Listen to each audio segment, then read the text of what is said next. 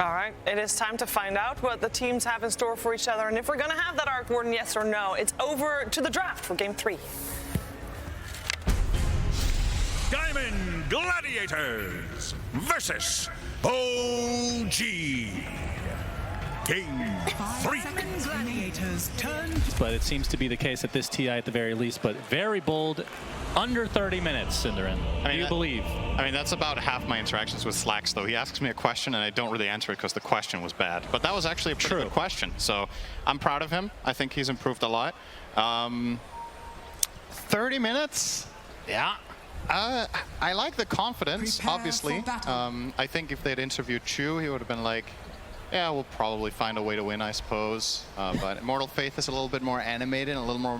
You know, he makes more maybe radical predictions. I would be very impressed if Gaming Gladiators win this game in 30 minutes, but the thing I really like about hearing it is that I think that is what they should be setting out to do with this strategy. Because I kind of agree with him when he says that they're going to outpace OG. I think there's portions of this game that should be happening, and then it's about whether OG can weather the storm and buy themselves enough time. Also worth noting, Amar playing... In this tournament, he's been playing Sand King a couple of times. This is not a traditional Amar hero in the sense that it's not a lane dominator. It's not a hero that scales particularly well with farm compared to a lot of other picks he has. So maybe this time around, if things do slow down a little bit, it's not as much in the bag for OG later either. Because I think carry Naga in this game is not automatically going to win this late against a mid Kunkka and a safe lane Shadow Fiend. There's plenty of AoE damage, have solutions. So it's going to be really interesting to see. And obviously, or not obviously, but honestly, more important than the strategies, how do OG bounce back from that last game? Like, we can't overlook the fact that that was a game they feel like they should have won. Do they have that mental reset backstage? We already have a level 1 battle here. Dyrachyo gets off a couple nice raises, but won't result in a kill. As in terms of the actual bounty distribution, I believe it's going to be split here. The fourth still to come. Yep. But yeah, we're going to see the Invoker again come out from OG, which was obviously extremely successful in that game number 1. But and they have the Naga again, but this time it is in the carry role. So looking at their lineup, like, what is their goal other than to win the game? Don't make that joke. Like, what kind of a pace are they trying to set? Like, they just want to stem the bleeding, which is the laning stage for them, or? I mean, there's plenty of combination plays for OG, right? You have Sand King Mirana, as was pointed out. You have the Sunstrike. If they can make a couple of successful early skirmishes like they did in game number 1, I definitely think their mid game can be really strong. But I would say their lineup is more dependent on being able to do that. Like, let's say nothing happens for 10 or 15 minutes. I think Gaming Gladiators have this really, really strong potential push with Tombstone, with Beastmaster, with the Shadow Fiend, and Kunkka hitting this like really strong mid-game peak. And it's their bread and butter as a team, right? This is what they were so good at earlier in the year, so you would imagine that they have the confidence to pull it off, playing this faster pace. Yep, and once Ace gets a couple items, Helm of the Overlord, I would assume. That's kind of a, it feels like a bit of a death ball, where they try to get these towers relatively early, but we'll see what the pace ends up being for them. Mid lane is Boom on the Kunkka this time around versus, as we talked about, BZM's Invoker. What do you think of the Kunkka pick this game? Because that's, a lot of these heroes have been kind of recycled throughout the series to some degree, other than Sand King, I guess, Mirana, and this Kunkka. Yeah, it's a hero that generally does very well against Invoker, but I think Quasic Sword has a much stronger laning phase against it than Quaswex does, so I would imagine this lane probably pretty much breaks even. That was one of the parts why they picked it. I think the other one was to cover their bases in case Naga goes carry, right? We had the same situations in game number 1 where OG have the ultimate last pick, so you want to make sure you don't expose yourself to having Shadow Fiend have to deal with Naga on his own in case it goes late, right? So it felt like a little bit of a very nice solution to finding a hero. They were probably like, okay, what hero can we choose that lanes well against Invoker and can help us against a potential carry Naga? And I think they made a good choice. Also the whole pacing thing, right? Like, I just think this lineup it's nice to look at. There's a clear story to how the heroes want to combine and get something done. So. As the axes come out from Ace in the bottom lane, harassment continues. Again, this is game number 3, elimination match here. Winner will play the winner of the next series to come. How many OG fans we have in the house today? Okay, not bad. What about Gaming Gladiators? Oh, wow. Okay, actually more Gaming Gladiators based on my old ears, Cinderin. But good to see. Nice distribution either way. Or maybe they're just louder. Yeah, very true. The vocal minority, as some would say. Yep. But Sure, they made some fans in that last game. That was a nice absolutely. comeback. I mean, you talked about the momentum potentially coming out from something like that. I mean, OG, it feels like they don't get affected by it as much as other teams that are, I mean, they're pretty young, right? But I think that storyline kind of them being affected by stuff like this kind of ended after the last major. Celery taking some heavy damage. There's the leap from Taiga. Another one, right click to come. And he'll end up getting first blood as a result of it, as Taiga just continuing to roam on this Mirana. Yeah, you just can't underestimate the Sunstrike factor. It's always going to be there. Oh, Burrow strikes Sandstorm into the arrow. Even bigger kill coming out from OG in the top lane. That was very greedy. Did he not expect Amar to be there? Radiant's bottom tower is under attack. Honestly, the worst part about look at how many denies Amar can get here, or CS that Shadowfiend loses. Yeah. He lost a full wave. I mean, sure, Celery gets some experience here, but that is just not a good start. And you know, Shadowfiend Undying lane, I would pick any day against Sand King Mirana to have a good start, but just Undying being a dominant force in this lane with decays, he feels very safe, but Sunstrike is that X factor. You just can't deny that that is the kind of thing that can swing this kind of lane, and OG are making use of it. Yeah.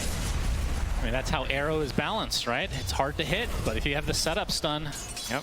it gets pretty scary. And Burrow's not too bad for that Ice Path as well. If you want an arrow that you don't have to hit, you can play Gyro.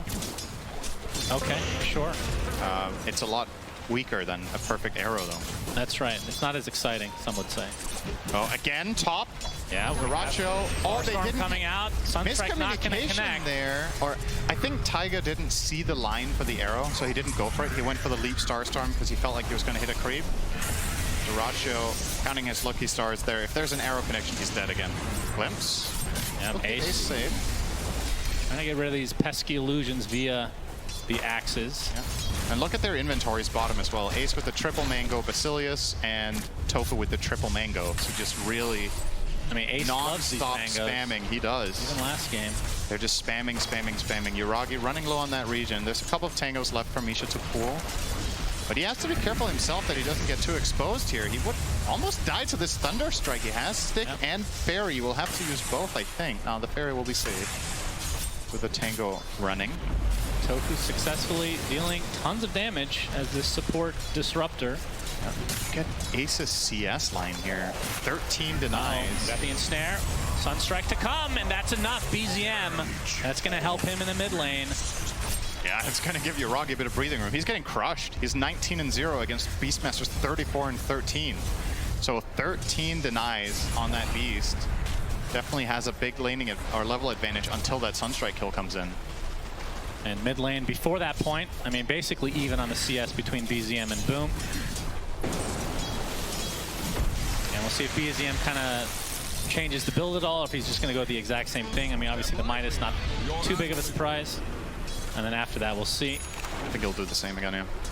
Loaded to the gill. This does not feel like a Midas Sand King game, though. I will make that prediction ahead of time. Yeah, pretty good call. That would be one of the worst heroes maybe to get that. Especially, he actually farms relatively fast once you get the Sandstorms up, but... Yeah. I mean, this is... Don't you worry. Amar's going to max Sandstorm, okay? There's a limit. He is not maxing Burrow Strike. Understand. No way. In terms of CS, or net worth overall, Dire's kind top tower of is averaging under out attack. right now, but like you said, Ace is kind of tipping the balance a bit in Gaming Gladiator's favor between the two offlaners right now. And With a very fast Helm of the Dawn, this bottom lane actually becomes a lot scarier for OG. I don't think they can really afford to send their Mirana down here to do cleanup duty. Like, if you swap Mirana and Jakiro, I think your top lane is very susceptible all of a sudden. Jakiro does not perform nearly as well as Mirana against Undying Shadowfiend, so that lane swap wouldn't really be too good, I think. And Snare bottom, there's the Sunstrike coming, but it's going to be shared, it looks like, between Tofu and Ace. But still, these axes glimpse now onto Yuragi. He's getting very low. Has to pop the wand. The Ice Path used to dissuade Gg from continuing on, but Taiga has TP'd in. Leap into the Starstorm. Not good enough to find a kill as Misha's taking the Thunderstrike damage from Tofu, so despite the TP coming out from OG, Gaming Gladiators are the one that gets the kill. I'm very curious what Tofu skills here. Amar in the Sandstorm. They have the vision, has to burrow to the high ground. Like he's fine. What does Tofu skill? He's still holding his point. There's the glimpse. Rock is dead. Ace gets credit for that one, and this bottom lane, absolute disaster for OG. This is just such a high pressure lane. Axe spam, Thunderstrike spam, glimpse now dealing damage. I think perhaps the mindset that people have when they see Disruptor picks where they're like, this is a position 5, is a little bit outdated. Because now that Glimpse deals damage, I think he offers a lot more in offensive dual lanes. Just really, it's not insignificant. If you're ahead in the lane and you force enemies away and you get that extra 150, 200 damage that you didn't use to. And also keep in mind, this hero with farm, I would argue Disruptor scales pretty well. He has an insane Ags. He has really good talents. Like, don't count this out as a potential 4 pick later in the tournament. Mars going to be seen here. There's the Dust. He is X'd up as well. Torrent to follow, and the Raze tries to time it, but can't. As Boom gets credit for that one. Nice arrow from Taiga taking out a creep, but still, this feels like Gaming Gladiators' pace at the very least. They're finding the more valuable kills overall. We'll see in terms of the mid lane. Obviously, we've seen the Kunkka kind of participate already. BZM with the Midas now in tow. Once he gets the boots of travels, I assume that's his go time to get a little bit more involved with the team. Wow, that was a lot of neutrals instantly. That sound was quite aggressive. Okay, Mirage is gonna find Ace here. Couldn't snare Sunstrike this. Yep, they're gonna attempt to. Oh, nice block on the arrow. With the Arrow port. not gonna connect, but they still have so much damage to work with, and Ace drops to BZM. It's the second time this game. Yeah, this is gonna come at the cost of Amar being in Struggle City up top. Like, Shadow Fiend has a firm control of this lane. He's completely alone on that Sand King, and even Boom was still fishing for an extra kill, but Amar with a good defensive ward had that vision and information. Didn't get caught. Arrow coming in, but the creep wave arrived. But the Ice Path connects. Boom. Getting cold snapped into the Meteor, but we see the Static Storm place to zone them out, and it's going to be enough. All right, so I think Get Boom away. spell accuracy there was not the highest percentage. The Static Storm hit. TP bot, runner. Just run, block with your ball. I stand for coming. Good shit, bro. Good shit. I heard Celery say something towards the end. I think Tofu said good shit, bro. Good shit, didn't he? I thought that was Celery. Oh. Very positive team, though, I will say. I like listening on their comms. Game pretty even, though. Let's talk about the eventual Roche to come, Cinder. You know, I love these conversations. Yeah. There's two aspects to it. One is killing Roche and how fast, and the other is team fighting in that area. Yeah, the fastest kill will go to Gaming Gladiators, I think, unless Naga is very farmed.